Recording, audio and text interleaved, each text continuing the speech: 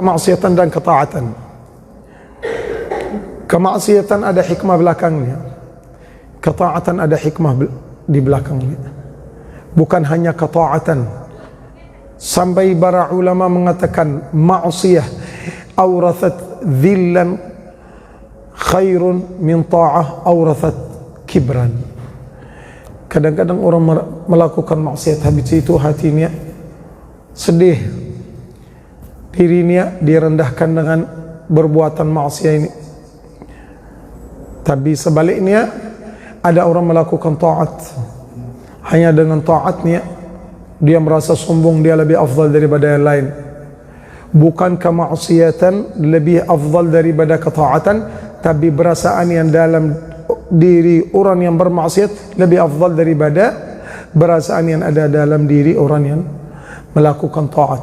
Jangan sampai bilang maksiat lebih afdal dari taat. Bukan. Maksiat, taat di belakangnya ada hikmah. Siapa yang ciptakan semuanya dalam diri kita? Allah subhanahu wa ta'ala. Hanya kata para ulama, kalau ketaatan kita bilang Allah yang ciptakan. Kalau hal-hal yang baik kita nisbahkan kepada Allah subhanahu wa ta'ala. Kalau hal-hal yang kurang baik, jangan berani bilang begitu. Bahwa padahal semuanya daripada Allah subhanahu wa ta'ala yang ciptakan kita, yang ciptakan ketaatan, kemaksiatan dalam diri kita, yaitu Allah subhanahu wa ta'ala. Jadi ketaatan itu nikmat, ketaatan itu nikmat. Kemaksiatan maaf, bukan nikmah tapi na'mah. Di antara ni'mah sama na'mah itu beda, dan dua-duanya ada dalam Al-Quran. Wa in ta'uddu ni'mat Allah, wa in ta'uddu ni'mat Allah, itu bagi orang mukmin yang melakukan segala taat yang diajarkan oleh Nabi Muhammad SAW. Itu ni'mah, dia dapat ni'mah karena ujungnya berkah, ujungnya bagus, ujungnya ampunan. Tapi na'mah yang zahirnya baik tapi ujungnya enggak baik.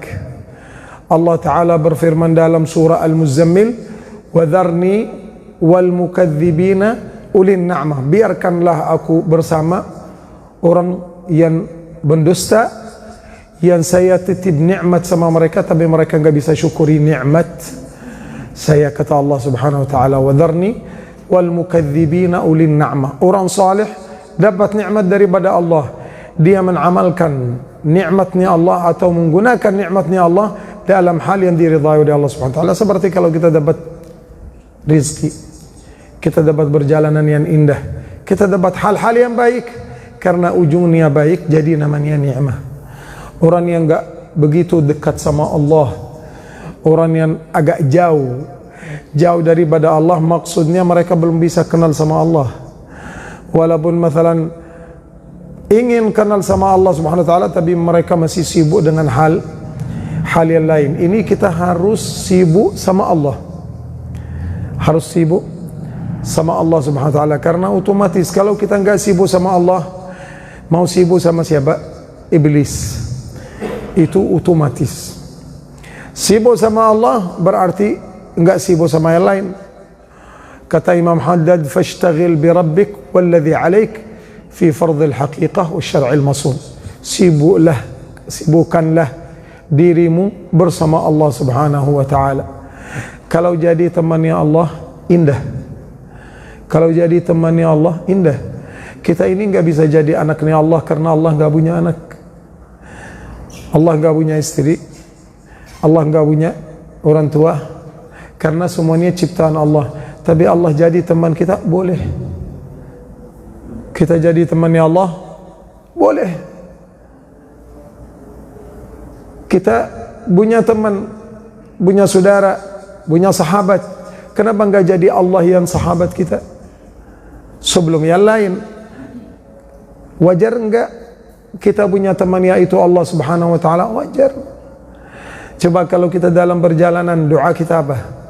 Allahumma antas sahib, ya Allah, engkaulah teman ulun, teman saya dalam perjalanan. Hidup ini semua perjalanan.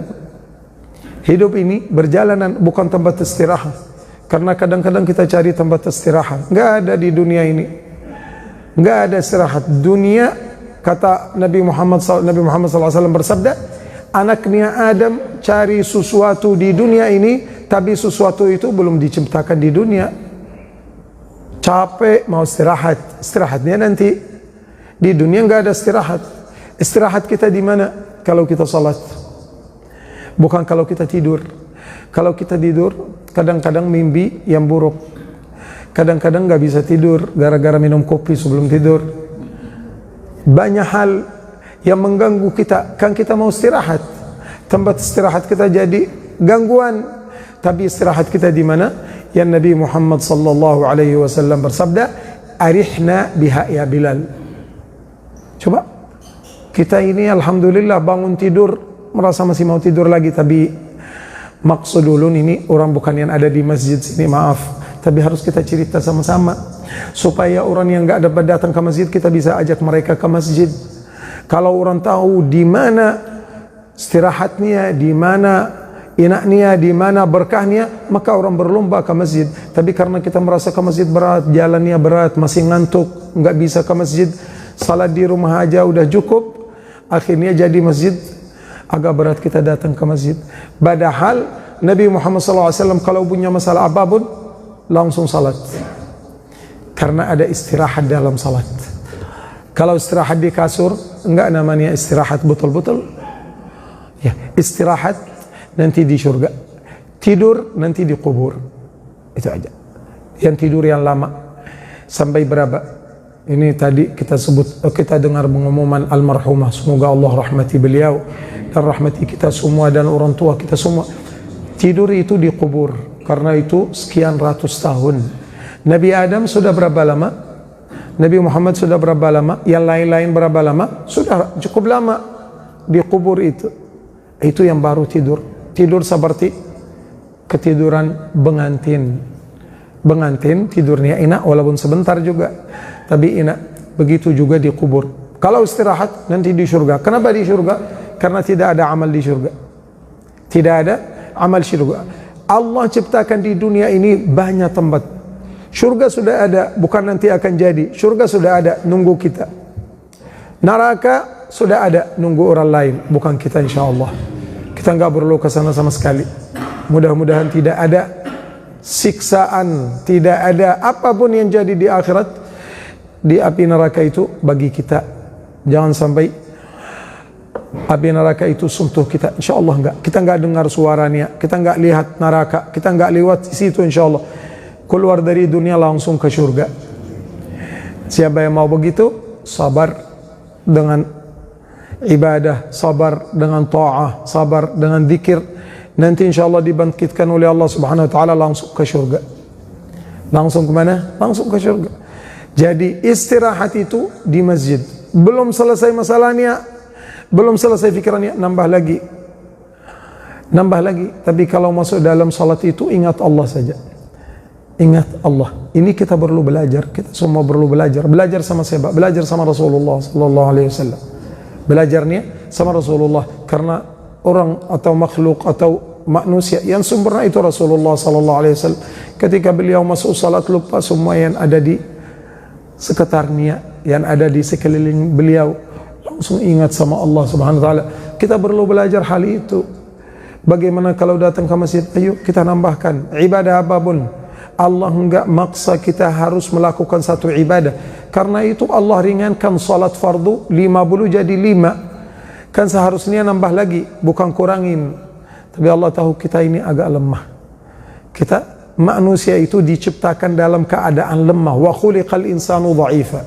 Allah ciptakan manusia dalam keadaan lemah. Gunung lebih kuat, langit lebih kuat, bumi lebih kuat, kayu lebih kuat, makhluk-makhluk yang lain lebih kuat dari kita. Tapi kenapa Allah pilih kita menjadi lebih mulia daripada malaikat? Malaikat bersama kita, istighfar buat kita. Mereka makhluk yang suci, tapi Allah suruh mereka beri istighfar. Karena kadang-kadang kita berkurang istighfar, kita berkurang ibadah, kita berkurang zikir. Apalagi kalau kita melakukan istighfar tapi dalam istighfar itu kita enggak hadir dengan hati. Istighfar hanya dengan mulut. Padahal Allah terima dari hambanya asal melakukan istighfar. Asal melakukan istighfar. Karena itu, kalau kita punya kesalahan, malaikat tunggu sampai 6 jam. Malaikat tunggu sampai 6 jam. Kenapa tunggu sampai 6 jam? Itu perintah daripada Allah kepada malaikatnya. Tunggu dulu. Hambaku bisa berubah. Hambaku bisa beristighfar. Hambaku bisa kembali kepada saya, kata Allah subhanahu wa ta'ala. Inna lillahi wa inna ilaihi raji'un. Kita merasa itu untuk orang yang meninggal dunia saja. Bukan kita yang ucapkan inna lillah, kita ridha sama Allah karena kita milik Allah dan kita akan kembali kepada Allah. Itu bukan hanya untuk orang hilang barangnya, baca inna lillahi wa inna ilaihi raji'un, akan ketemu barang yang hilang dengan bacaan inna lillah wa inna ilaihi raji'un. Kami kembali kepada Allah subhanahu wa ta'ala setiap detik, setiap waktu. Kembali kepada Allah bukan kalau masuk kubur. Kembali kepada Allah ketika kita keluar dari masjid, mau ketemu istri, keluarga, mau kerja, mau bisnis, mau yang lain-lain. Habis itu balik lagi ke masjid, berarti kita kembali kepada Allah subhanahu wa ta'ala. Datang ke rumahnya Allah subhanahu wa ta'ala. Kadang-kadang kita kehilangan sesuatu, langsung ucapkan inna lillahi wa inna ilaihi raji'un. Allah gantikan apa yang hilang, Allah gantikan. Baiknya orang tua kita, baiknya harta kita, baiknya rumah kita, baiknya hal-hal yang lain. Kalau kita ucapkan inna lillahi wa inna ilaihi raji'un, maka Allah kembalikan. Hanya istighfar kita itu, kata Sayyidatuna Rabi'ah Al-Adawiyah, perlu istighfar. Istighfar bukan maksiat, kita perlu istighfar. Setelah kita bermaksiat, kita istighfar, perlu istighfar lagi. Kenapa? Karena ketika kita istighfar, kita enggak bisa hadir bersama Allah subhanahu wa ta'ala. Allah bersama kita, kita enggak bisa sama Allah. Allah selalu bersama kita. Kalau Allah tinggalkan kita 1 menit, 1 detik, hancur alam semuanya. Allah selalu bersama kita, tapi kita yang belum mau dekat sama Allah subhanahu wa ta'ala. Nabi Musa ketika diganggu sama Fir'aun, beliau ucapkan apa? Inni dhahibun ila Rabbi. Saya mau jalan kepada Tuhanku. Saya mau jalan kepada Tuhanku. Kenapa? Karena yang akan kasih petunjuk yaitu Allah subhanahu wa ta'ala. Karena itu nikmat yang kita punya atau musibah-musibah yang jadi itu, semua di belakangnya ada hikmah. Semua di belakangnya ada hikmah. Tapi kita diajarkan oleh Nabi Muhammad sallallahu alaihi wasallam bagaimana orang mukmin, orang muslim bisa terima musibahnya dan bisa syukur nikmatnya. Kalau ada musibah, kita ucapkan apa? Alhamdulillah juga. Alhamdulillah alladzi la yuhmadu ala makruhin siwah. Kalau ada nikmat, kita syukur, alhamdulillah. Kalau ada musibah, alhamdulillah. Sebelum ucapan yang lain, tapi alhamdulillah, karena semuanya datang daripada Allah subhanahu wa ta'ala. Nikmat dari Allah, musibah dari Allah. Ketika dapat anak, orang baru dapat anak-anaknya baru lahir, senang. Sebentar lagi kata dokter, anak itu nggak bisa hidup, mungkin 1 jam aja udah pulang ke rahmatullah. Jawaban kita apa? Teriak, langsung nangis. Berarti kita nggak ridha sama takdirkan Allah. Tapi seharusnya kita senang, karena semuanya dari Allah. Ada seorang wali, seorang arif billah, namanya Al-Qadhi Fudail Ibn Iyad. Beliau itu belum pernah senyum. Bukan beliau nggak mau senyum, tapi beliau karena sibuk sama Allah, ibadah, zikir, doa. Jadi beliau fokus ke ibadahnya, ke doanya, sampai beliau nggak pernah senyum ke siapa-siapa, kecuali anaknya meninggal dunia baru beliau senyum. Anaknya meninggal dunia baru beliau senyum. Orang nanya Sayyidina Qadhi Fudail, kenapa bisa senyum sekarang? Katanya, ridha dengan takdirkan Allah. Allah takdirkan anak saya yang masih muda ini meninggal dunia, saya ridha dengan Allah subhanahu wa ta'ala. Alhamdulillah ala ni'amillah, alhamdulillah ala barakatillah, alhamdulillah ala fadlillah, alhamdulillah ala judillah. Wa ma bikum min ni'matin fa min Allah. Semua nikmat dari Allah subhanahu wa ta'ala. Semua nikmat. Ada nikmat yang kecil, ada nikmat yang besar, ada nikmat yang sedang. Di antara nikmat itu nikmatul Islam, di antara nikmat itu nikmatul Quran, di antara nikmat itu nikmat adanya Nabi Muhammad SAW, di antara nikmat itu nikmat kita berhadir di masjid kita supaya bisa dapat karunia Allah. Ilmu itu dari Allah. Yang berbicara ini hanya bisa sampaikan hal-hal yang bisa ingat daripada nikmatnya Allah. Yang dengar juga bisa dengar apa yang diizinkan oleh Allah Subhanahu wa taala. Kadang-kadang Allah izinkan kita dengar beberapa hadis di acara kita, di majlis kita, di ta'lim kita. Allah enggak izinkan kita dengar dari awal sampai akhir karena itu bisa ngantuk. Kita bisa ngantuk. Ngantuk itu rahmat. Ngantuk itu rahmat. Ya karena kadang-kadang Allah enggak mau kita dengar semuanya. Jadi dengar sebagian saja daripada apa yang kita dengar atau yang kita hadir di majlisnya. Kalau di luar salat, pengajian kita, ta'lim kita, bacaan kita Al-Quran, kalau ada kesalahan, ada yang ngantuk, ada yang sibuk, ada yang fikir hal-hal yang di luar, enggak apa-apa itu. Asal jangan dalam salatnya. Asal jangan kalau kita lagi salat jangan sampai ngantuk. Kalau kita merasa ngantuk, berhenti dulu. Jangan salat dulu. Nabi Muhammad SAW dilarang kita salat kalau lagi ngantuk, kecuali kalau waktunya udah mau keluar, waktu salat udah mau keluar. Tapi kalau belum mau keluar, istirahat dulu. Fa idza tma'nantum fa aqimus shalah. Kalau sudah tenang baru salat. Kalau sudah tenang baru salat. Kalau belum, kenapa? Karena khawatirnya ketika kita sujud mau baca subhanallah walhamdulillah wa la ilaha illallah wallahu akbar, subhana rabbiyal azim wa bihamdihi di ruku', subhana rabbiyal a'la wa bihamdihi di sujud, khawatirnya malah bicara hal-hal yang lain karena ngantuk, enggak sadar. Jadi istirahat dulu. Kalau kita di masjid kan salatnya, maaf beberapa masalah tentang salat, kalau kita di masjid salatnya ketika azan lebih afdal. Bagi orang yang di kampung, salatnya afdal kalau ada jamaah.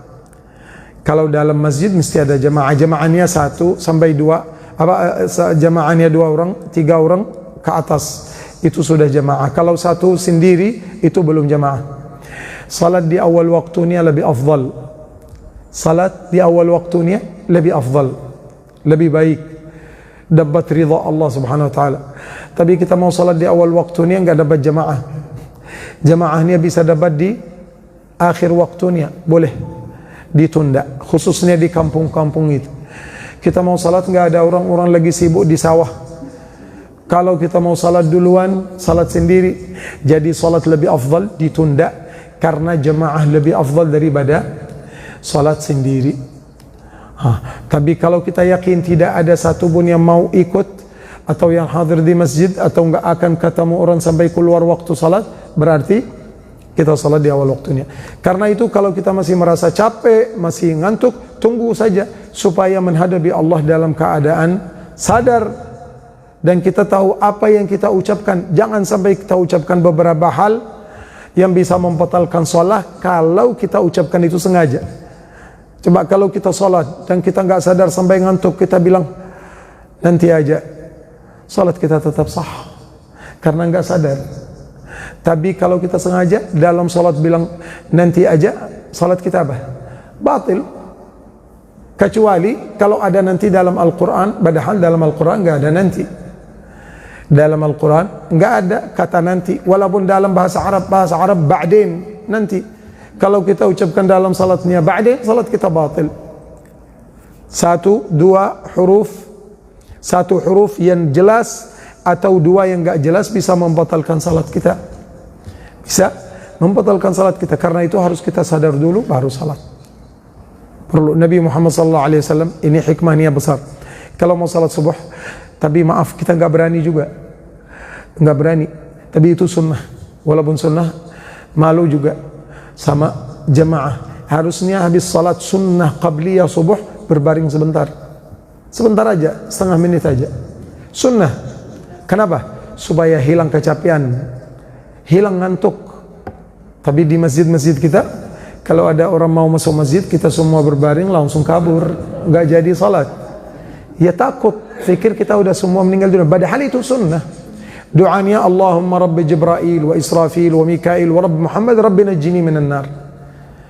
Dan ada doa juga daripada para ulama atau dari Rasulullah, Allahumma bihaqqil Hasan wa akhihi wa ummihi wa abihi wa jaddihi wa bani najjini minal ghammi alladhi ana fih. Tapi kalau enggak sempat enggak apa-apa. Kalau enggak sempat, hanya hikmahnya di situ karena satu-satu salat yang kita melaksanakan setelah bangun tidur, salat subuh. Kalau salat yang lain walaupun tidur bisa bangun sebelumnya setengah jam, 1 jam. Tapi salat subuh kadang-kadang sudah azan kita baru bangun, karena itu boleh. Tapi jangan lama, hanya setengah menit boleh, biar supaya kita masuk ke salat kita. Jadi khawatir ada ucapan yang enggak masalah, enggak jadi masalah dalam salat, tapi khawatirnya apa Rasulullah? Orang mau minta sesuatu daripada Allah malah doakan diri sendiri. Karena enggak sadar kan, bisa keluarkan ucapan yang bisa menjadi doa, hidupnya bisa berantakan, bisa sengsara gara-gara doanya. Dulu katanya ada 3 orang lagi salat. 3 orang lagi salat. Yang pertama mengatakan, yang pertama bicara apa aja dalam salatnya. Yang kedua katanya bicara dalam salat enggak boleh. Yang ketiga katanya saya alhamdulillah belum pernah bicara dalam salat. Jadi 3-tiganya bicara dalam salat, salatnya batil. Karena itu alhamdulillah dari nikmatnya Allah Subhanahu wa taala kita berada di rumah Allah Subhanahu wa taala. Punya hajatan mintanya dari Allah.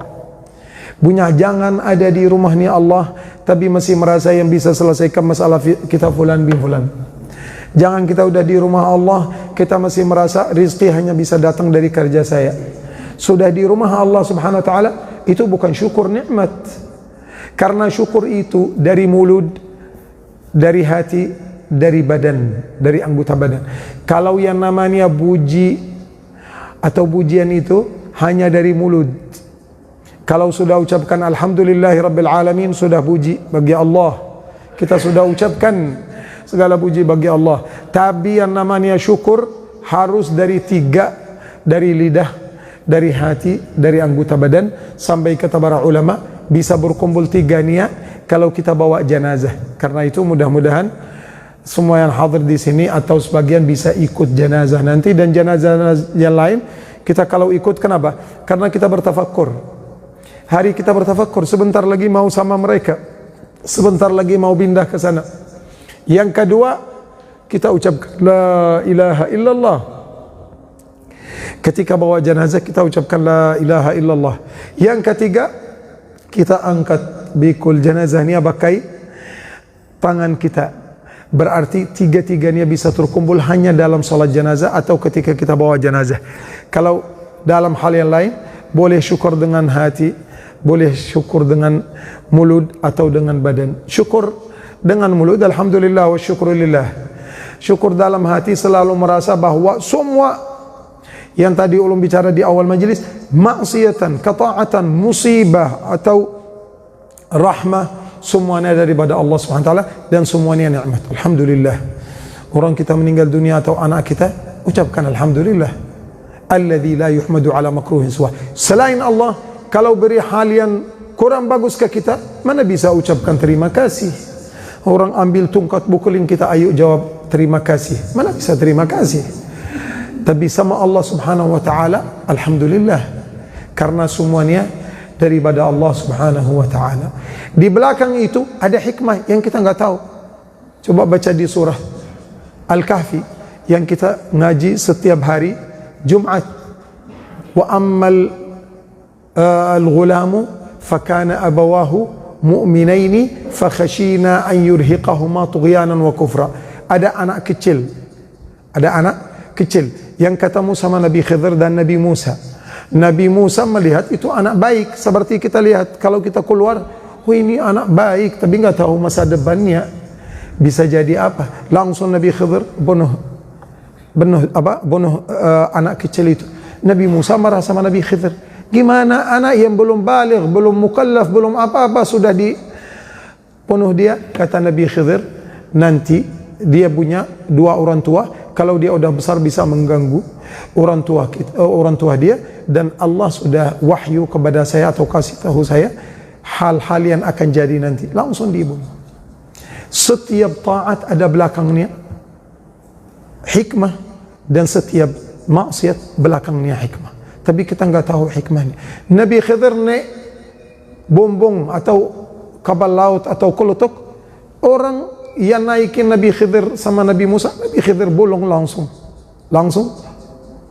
robek atau langsung tusuk punya bedang atau punya pisau atau apa aja, sampai apa namanya kapal itu atau kulutuk itu rusak. Nabi Musa marah sama Nabi Khidir. Nabi Musa bukan nggak tahu, tapi Nabi Musa punya syariah. Kita kasih contoh satu lagi supaya agak jelas, karena sebagian besar daripada umat Islam mengatakan Nabi Khidir lebih mulia dari Nabi Musa. Nggak bisa sama sekali. Walaupun dua-duanya hamba Allah, tapi Nabi Musa Nabi Rasul lebih tinggi derajatnya. Tapi masalah pemberian Allah kepada hambanya beda-beda, nggak sama. Jadi Allah berikan Nabi Musa ilmu yang luas, tapi yang sesuai untuk umatnya, karena dia Rasul harus sampaikan ilmu itu kepada umatnya, kepada kaumnya. Nabi Khidir nggak punya kaum, Nabi Khidir nggak punya umat, Nabi Khidir sendiri. Karena itu Allah kasih ilmu yang beda sama Nabi Musa. Nabi Khidir bisa tahu dengan apa yang diajarkan oleh Allah Subhanahu wa taala. Jadi Nabi Khidir bilang sama Nabi Musa, kapal ini kalau sampai ke ujung sana pinggir laut dengan selamat, maka ada raja di sana bisa ambil, karena kapalnya masih bagus, dan itu yang punya orang miskin yang kerjanya hanya dalam kapal, nggak punya asbab yang lain, nggak punya rezeki yang lain. Jadi kalau kapalnya ini bisa sampai sana masih bagus, raja ambil, berarti ada hikmah. Walaupun kejadian Nabi Khidir itu zahirnya apa?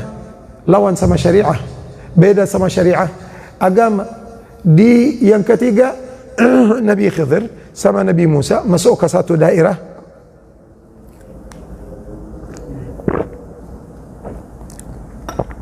Di kota itu ada satu rumah,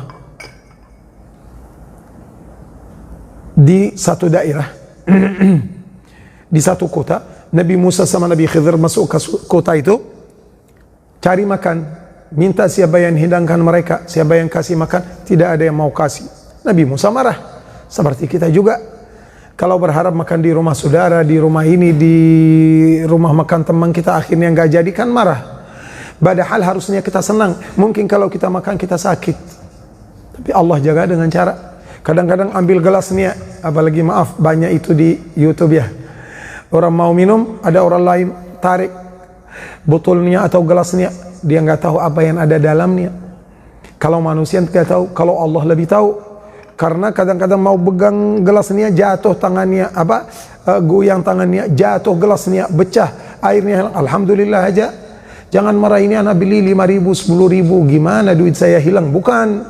Allah mau jauhkan dari hal-hal yang bahaya. Kadang-kadang makanan itu ada racun dalamnya, bukan diracunin, tapi seperti udang itu katanya banyak yang racun, atau ikan, atau daging. Kadang-kadang kita punya penyakit darah tinggi atau kolesterol, mau makan sudah senang mau makan, akhirnya tumbah air, tumbah teh, atau makanan diambil sama orang yang lain.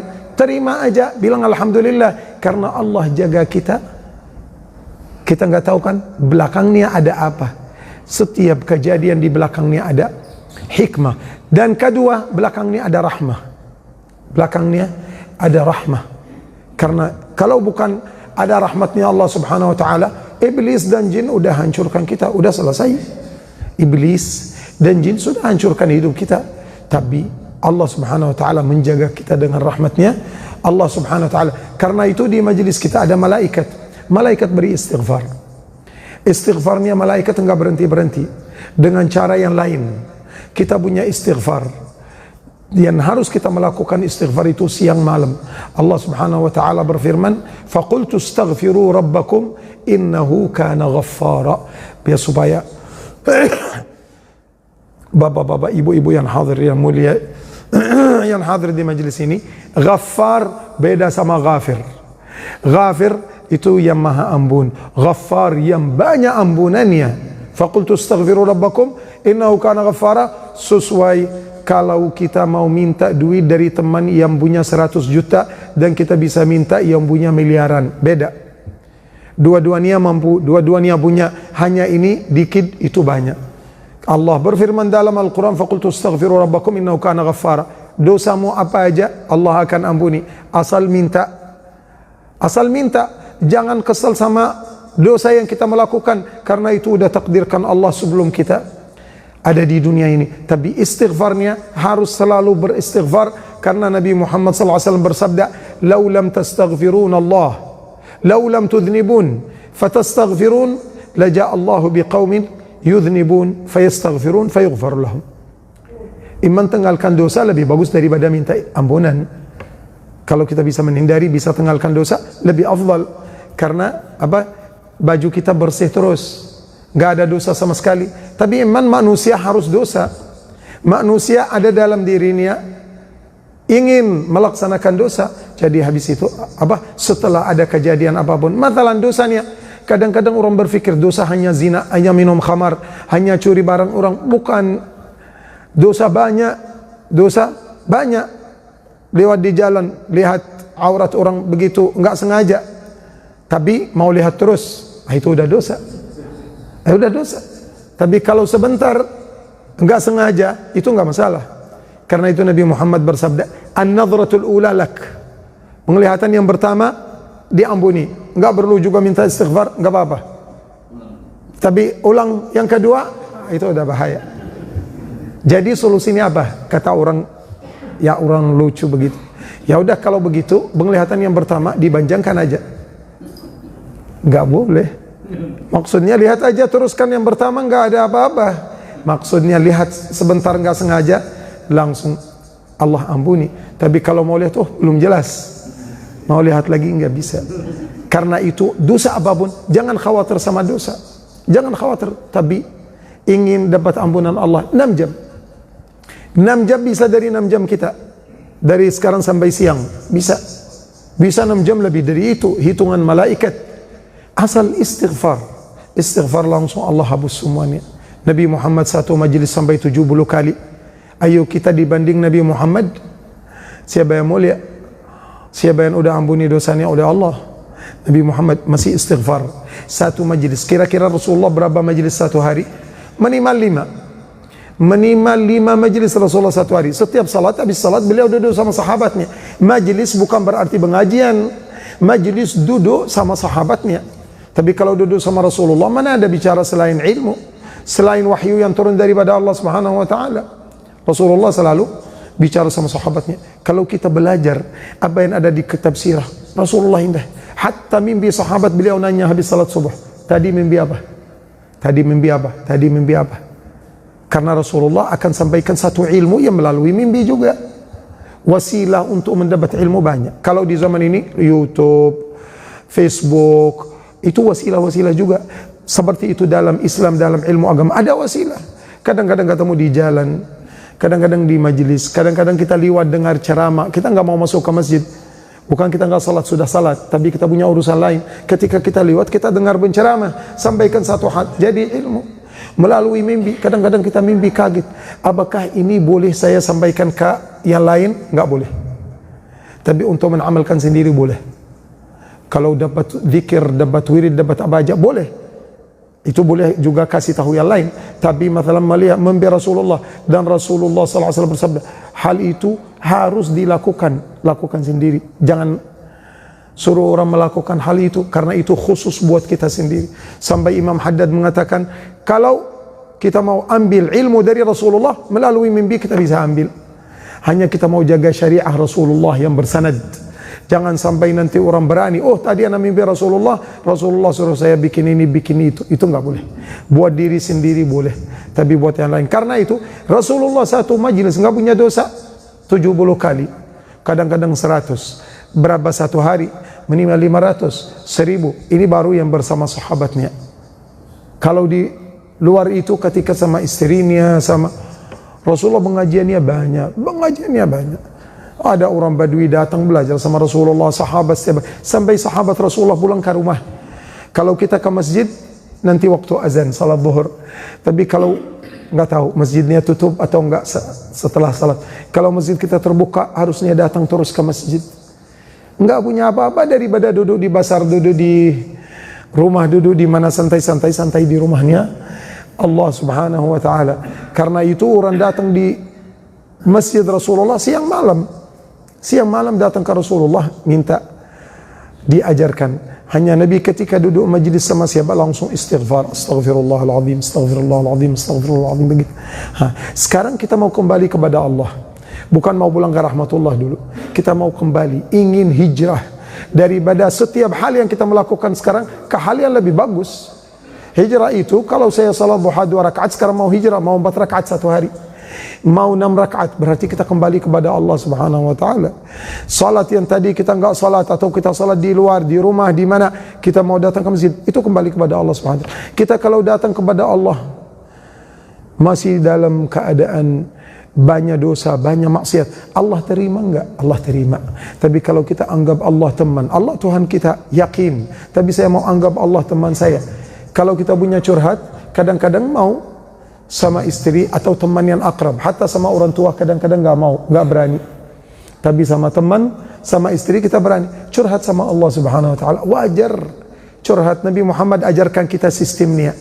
Kalau mau curhat kepada Allah, mau minum, bagi tadi jemaah siapkan air es. Padahal saya mau air, maaf ini air panas, tapi contoh saja. Siapkan air es dari bagi enggak enak.